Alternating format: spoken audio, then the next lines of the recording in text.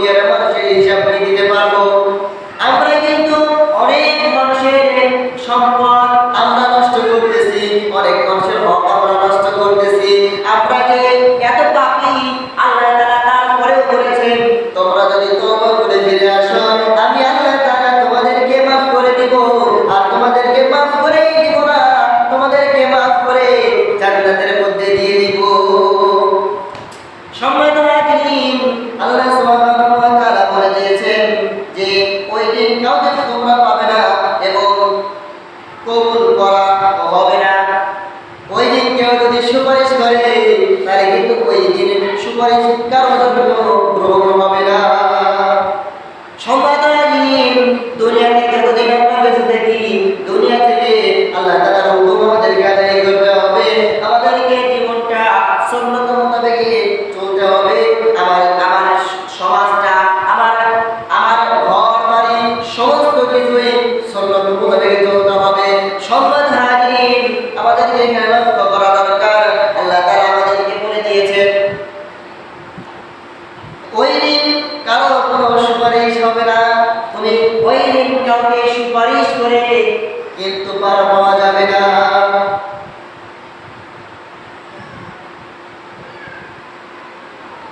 আল্লাহ তাআলা কোরআনুল কারীমের মধ্যে জানিয়ে দিয়েছেন, আরেকটা আয়াতের মধ্যে এসেছে ইয়াউমা লা তামলিকু নাফসুন লিনাফসিন শাইআ ওয়াল আমরু ইয়াউমা ইযিল লিল্লাহ। আল্লাহ তাআলা কোরআনুল কারীমের মধ্যে জানিয়ে দিয়েছেন ও দুনিয়ার মানুষরা তোমরা শুনে নাও, শুনে নাও। আমি আল্লাহ তাআলা কোরআনুল কারীমের মধ্যে জানিয়ে দিয়েছি ইয়াউমা লা তামলিকু নাফসুন লিনাফসিন শাইআ ওয়াল আমরু ইয়াউমা ইযিল লিল্লাহ। সেদিন কর্মের ফল দিবস, কেউ কাউকে কারো জন্য কোনো ক্ষমা পাবে না, কেউ কারো জন্য কিছু করার ক্ষমতা সে রাখবে না। আল্লাহ তাআলা বলে দিয়েছেন ইয়াউমা লা তামলিকু নাফসুন লিনাফসিন শাইআ ওয়াল আমরু ইয়াউমা ইযিল লিল্লাহ। ওই কিয়ামতের দিন, ওই কিয়ামতের দিন, ওই বিপদের সময়, ওই বিপদের সময় সেদিন কর্মের ফল দিবস, বিচারের দিবস। আল্লাহ তাআলা আমাদেরকে জানিয়ে দিয়েছেন যে ওই দিনকে কেউ কারোর জন্য কিছু করার ক্ষমতা রাখবে না। সম্মানিত মুসলিম, ওই দিনকে কিন্তু কেউ কারোর জন্য কাজে লাগবে না, কেউ কারোর জন্য কাজে লাগবে না।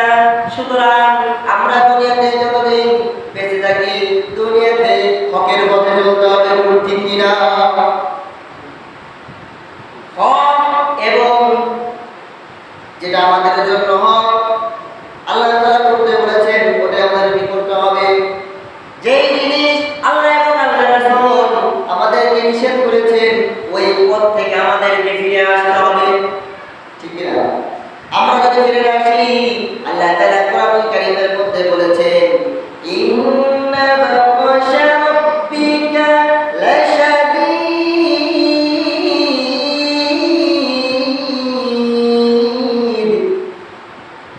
ওই দিন, বিচারের দিনে আল্লাহ তাআলা বিচার কঠিন হবে। ইন্না বাতশা রাব্বিকা লাশাদীদ, আল্লাহ তাআলার শাস্তি অনেক ভয়ঙ্কর, অনেক কঠিন। তাহলে আমি আপনি কি আল্লাহ তাআলার শাস্তি আমরা কি সহ্য করতে পারবো নাকি? আমরা কিন্তু সহ্য করতে পারবো না। সুতরাং আমাদেরকে দুনিয়া থেকে যতদিন আমরা দুনিয়াতে থাকি, আল্লাহ তাআলা আমাদেরকে যতদিন দুনিয়াতে বাঁচিয়ে রাখেন, আমাদেরকে জীবিত রাখেন, ততদিন পর্যন্ত কোরআন সুন্নাহ ভিত্তিক আমাদেরকে চলতে হবে, ঠিক না? আমরা যদি না চলি তাহলে কিন্তু আমরা ধরা খেয়ে যাব। সম্মানিত হাজির, আল্লাহ সুবহানাহু ওয়া তাআলা আমাদেরকে সহিহ বুঝ দান করেন। আল্লাহুম্মা আমিন। আল্লাহ তাআলা কোরআনুল কারীমের মধ্যে বলে দিয়েছেন ইন্না ইয়াওমাল ফাসলি মিকাতুহুম আজমাঈন।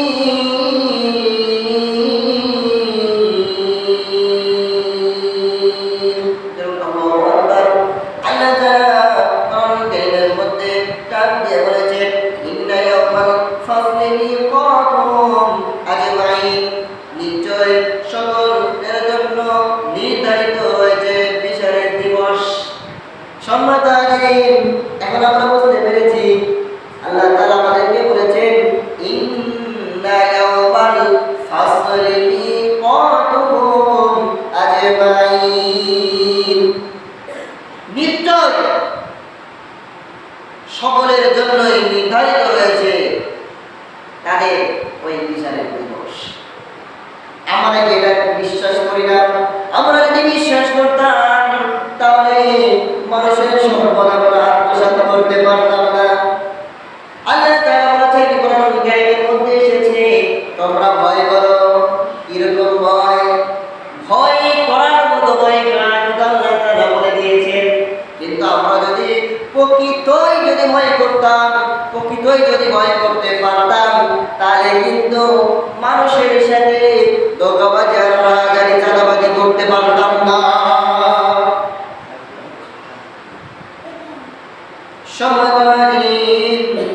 আল্লাহ সুবহানাহু ওয়া তাআলা আমাদেরকে যে গাইডলাইন দিয়েছেন, এই গাইডলাইন অনুযায়ী আমাদেরকে চলতে হবে। আল্লাহ তাআলা কোরআন কারীমের মধ্যে বলে দিয়েছেন, ইন্না ইয়াওমাল ফাসলি কানা মিকাতা। আল্লাহ তাআলা এখানে এই আয়াতের মধ্যে বলে দিয়েছেন, জানিয়ে দিয়েছেন, ও আমার বান্দারা তোমরা শুনে নাও, ইন্না ইয়াওমাল ফাসলি কানা মিকাতা। নিশ্চয় বিচার দিবসে নির্ধারিত হইয়াছে। এর আগে আমরা পেয়েছি যে বিচার হবে, কাল কিয়ামতের দিন বিচার হবে, এটাই নিশ্চিত। তারপরে আল্লাহ তাআলা কোরআন কারীমের মধ্যে আরেক জায়গাতে জানিয়ে দিয়েছেন, ইন্না ইয়াওমাল ফাসলি কানা মিকাতা। এই দিন, এটা সেই দিন, ওই কাল কিয়ামতের দিন, নিশ্চয় বিচারের দিবস নির্ধারিতই রইয়াছে।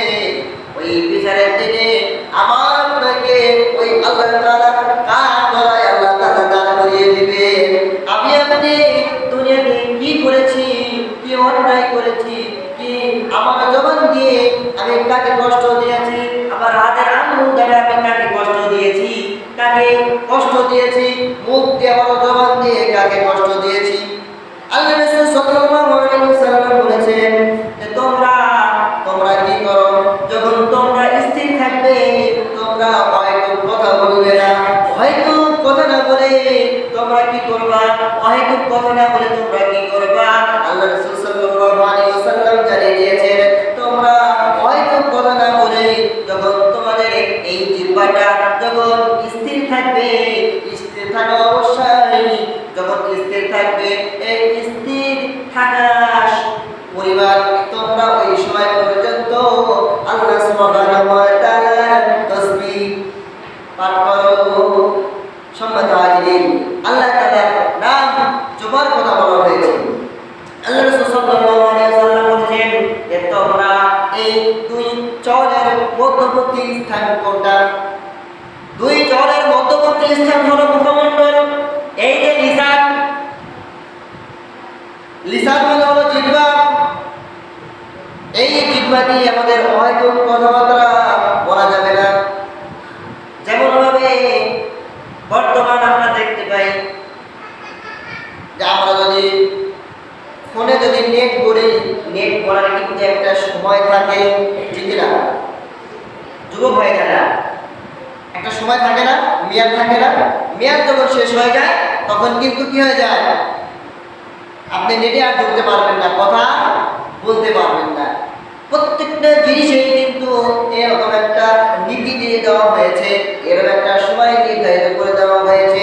যদি আমি আপনি যদি এই দুনিয়াতে অহেতুক কথা বলে, যদি আমরা যদি অহেতুক কথা বলে আমাদের এই জবানের কথার আয়ু যদি শেষ করে ফেলে দেই, তাহলে আমরা তখন আর কিভাবে কথা বলবো?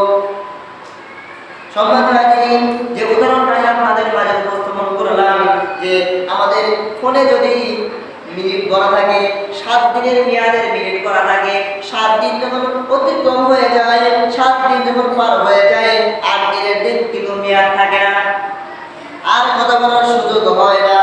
তেমনি ভাবে আমরা যদি এই জবান দিয়ে সত্য কথা বলে, আল্লাহ তাআলা এর মধ্যে বরকত দিবেন।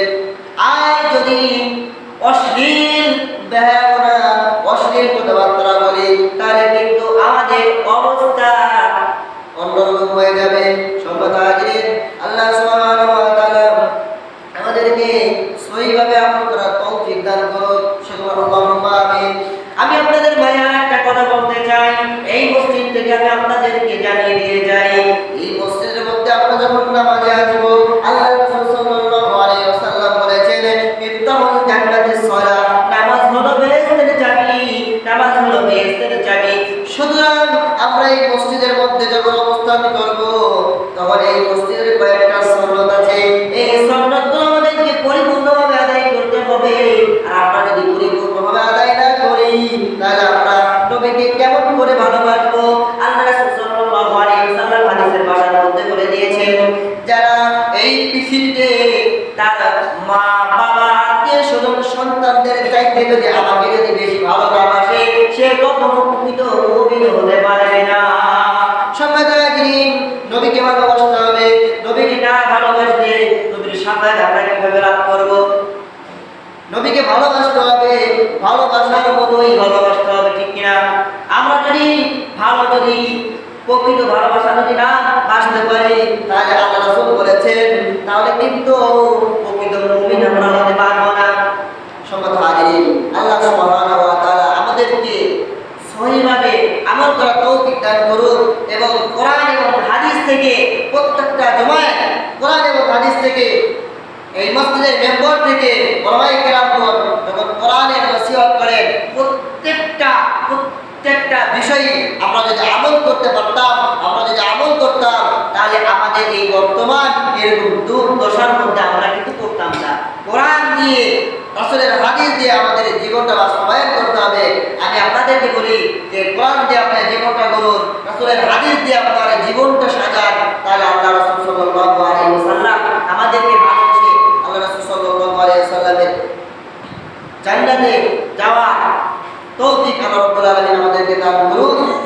আমিন আমিন। ওয়া আলহামদুলিল্লাহি রাব্বিল আলামিন। আসসালামু আলাইকুম ওয়া রাহমাতুল্লাহি তাআলা।